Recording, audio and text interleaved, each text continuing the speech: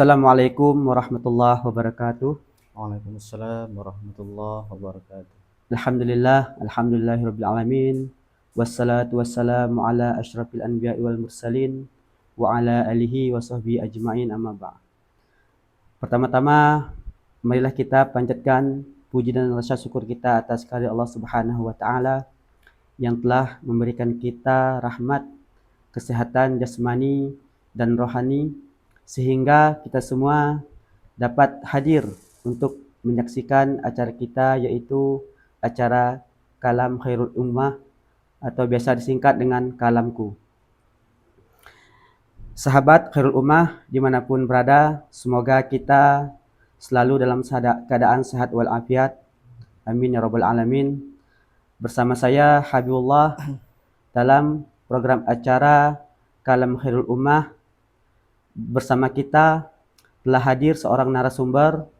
Beliau adalah seorang praktisi pendidikan yang mengajar di sekolah SDIT Ahmad Dahlan Kota Jambi, dan beliau juga merupakan seorang dosen di Institut Islam Muhammad Azim Jambi, dan beliau juga seorang pembina yayasan, yaitu Yayasan Khairul Ummah Kota Jambi. Assalamualaikum Ustadz. Waalaikumsalam warahmatullahi wabarakatuh. Beliau adalah Ustadz Muhammad Ridwan SPDI MPD. Ya, gimana kabar Ustadz? Alhamdulillah. Alhamdulillah. Untuk kegiatan sehari-hari apa saja Ustadz? Boleh diceritakan? Baik, terima kasih pada host dalam acara Kalamku, Kalam Khairul Ummah. Alhamdulillahirabbil alamin wassalatu wassalamu ala Rasulillah. Allahumma shalli ala sayyidina Muhammad wa ala ali sayyidina Muhammad. Sahabat-sahabatku, sahabat Khairul Ummah dimanapun berada, semoga kita semua selalu dalam keadaan sehat walafiat. Amin ya rabbal alamin. Alhamdulillah, kita hari ini memulai program terbaru dari Khairul Ummah, yaitu program Kalamku, Kalam Khairul Ummah. Alhamdulillah, hari ini kita sudah melaksanakan aktivitas kita sehari-hari, dan alhamdulillah juga tadi kita sudah melaksanakan aktivitas bagaimana biasanya, itu mengajar. Iya. Alhamdulillah pagi mengajar di SDIT Ahmad Dahlan, kemudian diselingi juga dengan mengajar di kampus, dan juga diseling-selingi waktu itu juga kita mengajar di Rumah Quran Khairul Ummah, di mana Rumah Quran ini di bawah naungan Yayasan Khairul Ummah Jambi. Gitu San. Di sini kami ada beberapa pertanyaan Ustadz. Ya. Pertama yaitu, tolong Ustadz jelaskan kepada kami di mana lokasi sekretariat Khairul Ummah ini, kemudian bagaimana sejarah berdirinya Khairul Ummah ini, dan siapa saja penggagas pertama dalam berdirinya Khairul Ummah ini. Bisa Ustadz jelaskan Ustadz? Baik. Terima kasih sahabat-sahabatku, sahabat Khairul Ummah dimanapun berada. Alhamdulillah, rumah Quran kita, yaitu Rumah Quran Khairul Ummah ini terletak di Jalan Manyar nomor 4, Rumnas Jelutung, Kota Jambi. Lebih dekat dengan Masjid Muhajirin di Perumnas, dan juga dekat dengan perkantoran-perkantoran di Kota Jambi, dan juga banyak sekolah-sekolah terdekat dari lokasi Rumah Quran Khairul Ummah Kota Jambi. Alhamdulillah, berdirinya yayasan ini itu berawal dari bincang-bincang terkait masalah pendidikan. Iya. Kita berawal dari zamannya COVID tahun 2022. Iya. Itu semua karyawan, semua guru-guru, bahkan semua murid-murid sekolah itu dirumahkan semua. Nah, oleh karena itu saya dan beberapa teman, yaitu salah satunya Ustadz Ardiansah, beliau juga penggagas utama dari berdirinya yayasan ini, kami ngobrol bersama. Jadi pada waktu pagi itu kami cerita-cerita, kemudian kami sambil sarapan pagi terkait dengan fenomena yang kami alami waktu itu. Iya. Jadi semuanya dirumahkan. Nah, bagaimana caranya kita bisa beraktivitas seperti biasanya, namun tidak melanggar aturan-aturan pemerintah pada waktu itu. Nah, salah satunya kita berkeinginan supaya bagaimana caranya kita mendekatkan diri kepada Allah. Kalau kita dekat dengan Allah, insya Allah penyakit-penyakit itu pun tidak berani untuk mendekat. Jadi salah satu dari tujuan hasil pembicaraan kami pada waktu itu, bagaimana kalau kita adakan sebuah tempat untuk mengaji bagi anak-anak. Jadi kita bisa mendekatkan diri kepada Allah, kita masih bisa beraktivitas dengan anak-anak, yang selama ini kita kan sudah terbiasa dengan anak-anak, kemudian ketika COVID kita dirumahkan.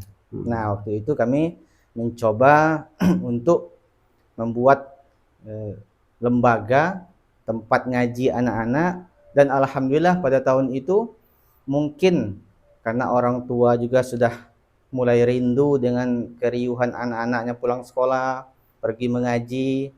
Ketika itu kami buka, kemudian daftarlah hampir sekitar 50 orang anak. Waktu itu mulai mengaji, dan tetap kami berlakukan sistem-sistem yang diberlakukan oleh pemerintah, yaitu tidak boleh dekat-dekatan, kemudian ngobrolnya tidak boleh terlalu dekat gitu. Kemudian pakai masker, bagaimana biasanya. Namun pelajaran tetap berjalan, dan alhamdulillah orang tua sangat mendukung sekali. Mungkin mereka beranggapan daripada anak-anaknya di rumah bermain, main HP, gadget, dan tidur-tiduran di rumah, lebih baik diantarkan ke tempat ngaji.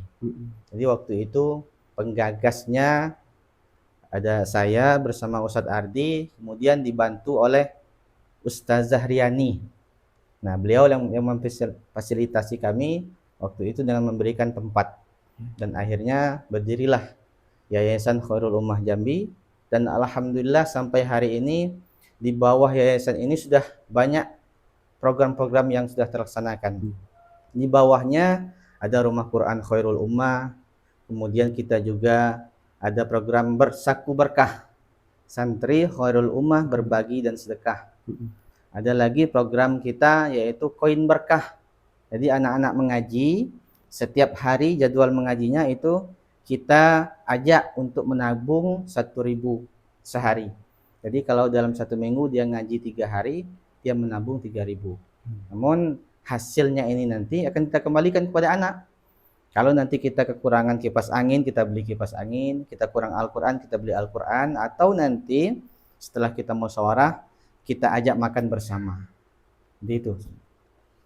Baik, Ustaz. Nah, itu tadi kita berbicara ataupun membahas tentang lokasi, kemudian sejarah dan penggagas daripada Khairul Ummah ini, Ustaz.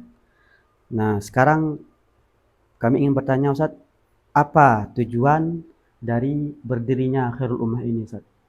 Bisa Ustaz jelaskan kepada baik. pemirsa. Tujuan didirikannya Yayasan Khairul Ummah Jambi ini itu tidak lain dan tidak bukan semata-mata untuk pendidikan. Jadi memang latar belakang kami memang orang-orang pendidikan semua. Jadi memang latar belakang pendidikan, dan kami pun bergeraknya di bidang pendidikan, dan kami berharap nanti akan punya lembaga pendidikan yang hebat seperti lembaga-lembaga yang lainnya. Namun di dalam itu kami mengutamakan keislamannya.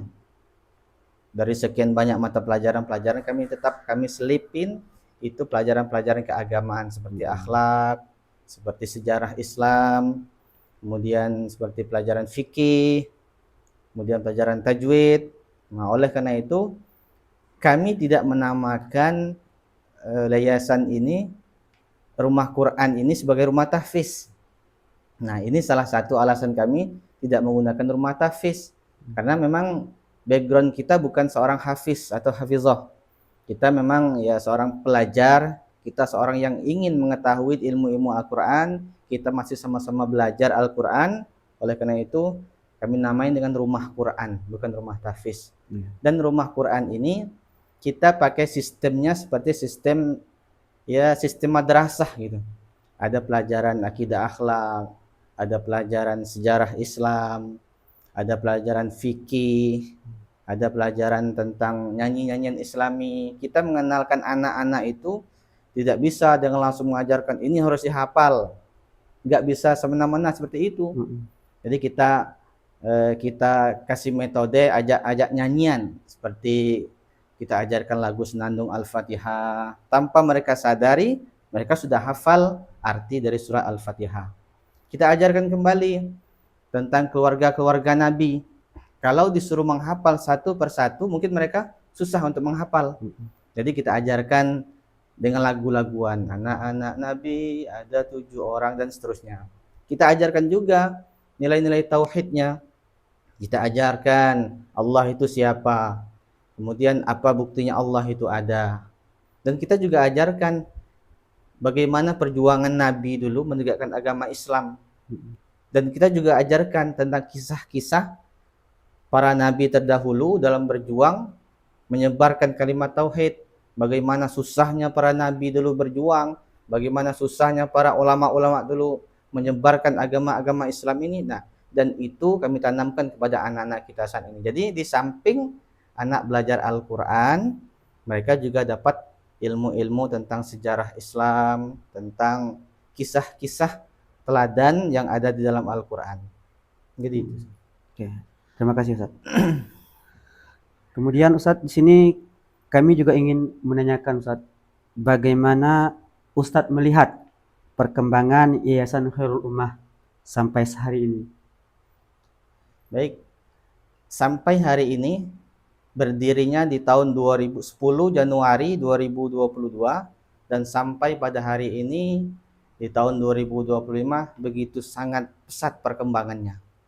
Awal-awalnya dulu memang kita agak kesulitan.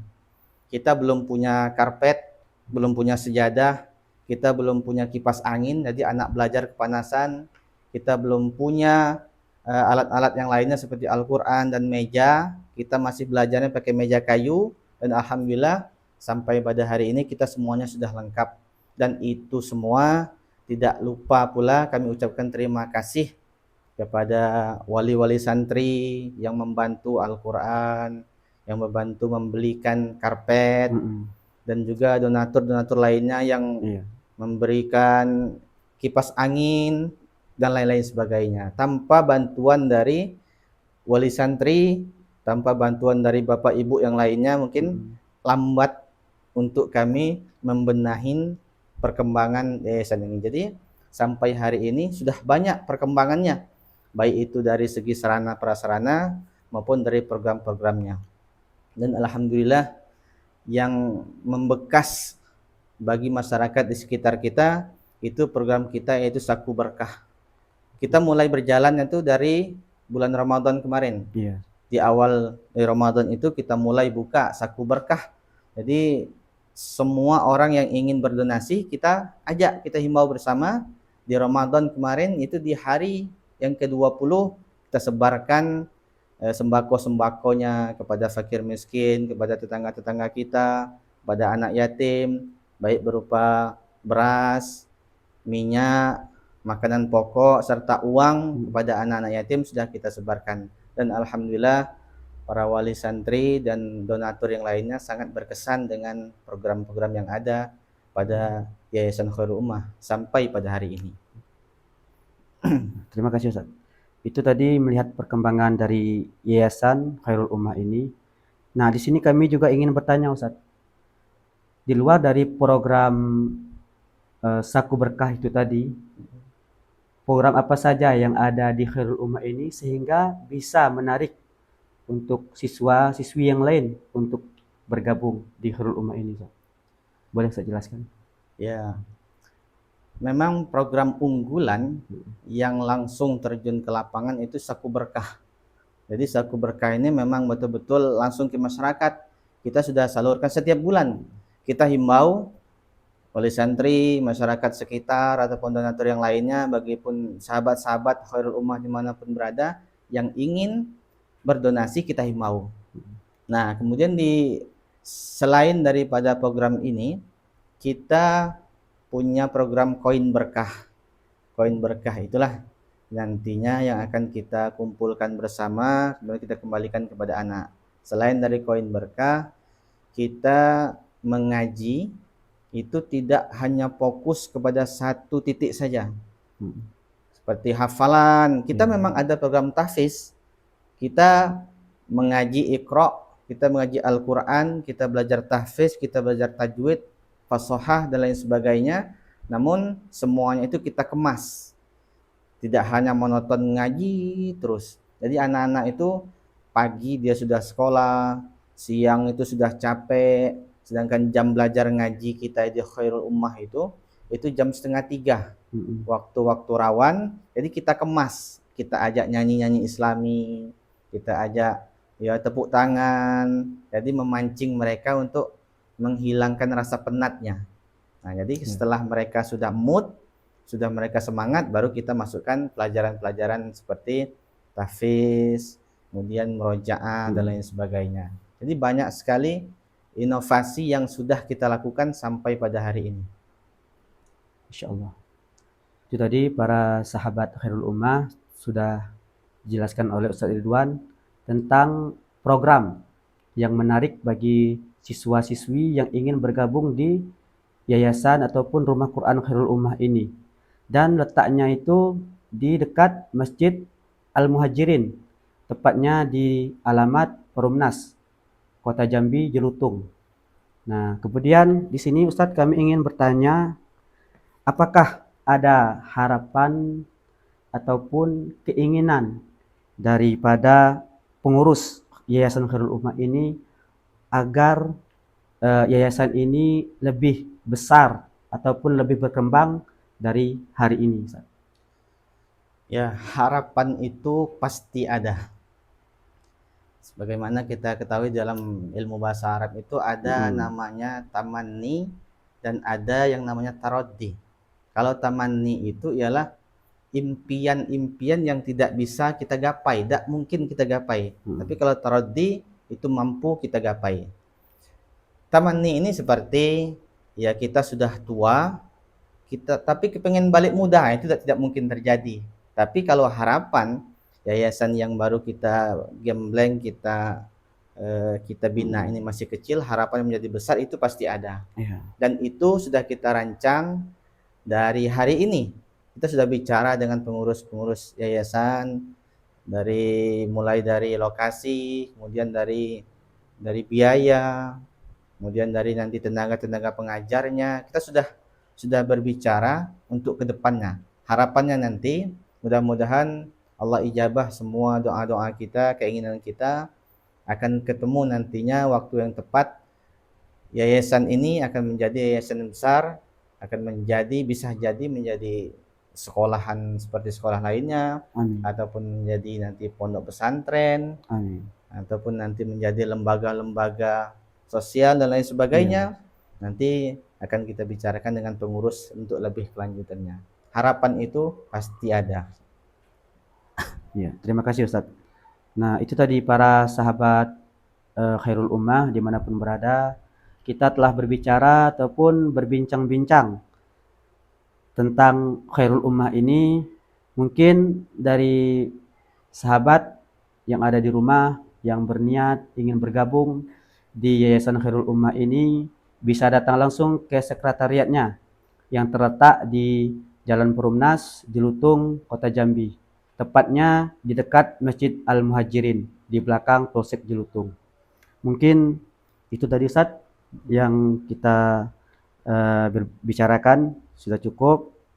Harapan kita ke depan semoga Khairul Ummah ini bisa menjadi ladang ataupun tempat menuntut ilmu bagi para siswa ataupun siswi yang ada di Kota Jambi ini, Ustaz.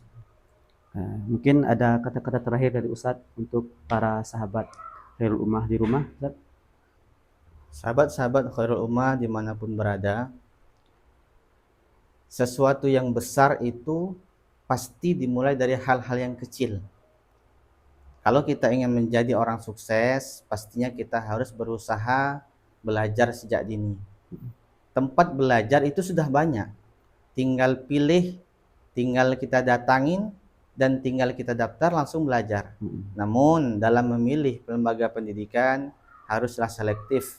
Selaku orang tua dimanapun berada, mari kita arahkan anak-anak kita untuk selalu belajar apapun pelajarannya, namun tetap ditanamkan di dalam hatinya nilai-nilai keislaman, nilai-nilai ketauhidan kepada Allah Subhanahu wa taala. Kalau pondasi anak-anak kita sudah kuat, dimanapun nanti anak kita belajar, itu insya Allah anak kita akan bisa hidup aman, tentram dan nyaman. Wa yamshi aminan, kemanapun kita pasti akan aman. Oleh karena itu mari kami mengimbau kepada sahabat-sahabat khairul ummah dimanapun berada, mari ngaji bersama-sama bersama Ustadz dan Ustazah di Rumah Quran Khairul Ummah. Sekian itu yang dapat kami sampaikan. Terima kasih. Sama-sama. Baiklah Ustadz, terima kasih banyak Ustadz sudah berbincang-bincang pada siang hari ini. Semoga apa yang telah disampaikan oleh narasumber, yaitu Ustadz Muhammad Ridwan SPDI MPD, dapat membuka serta memperluas wawasan kita untuk pendidikan Islam di era modern sekarang ini. Sekali lagi terima kasih Ustadz. Kami ucapkan wabillahi taufiq wal hidayah, wallahul muwaffiq ila aqwamit thoriq. Wassalamualaikum warahmatullahi wabarakatuh. Waalaikumsalam warahmatullahi wabarakatuh.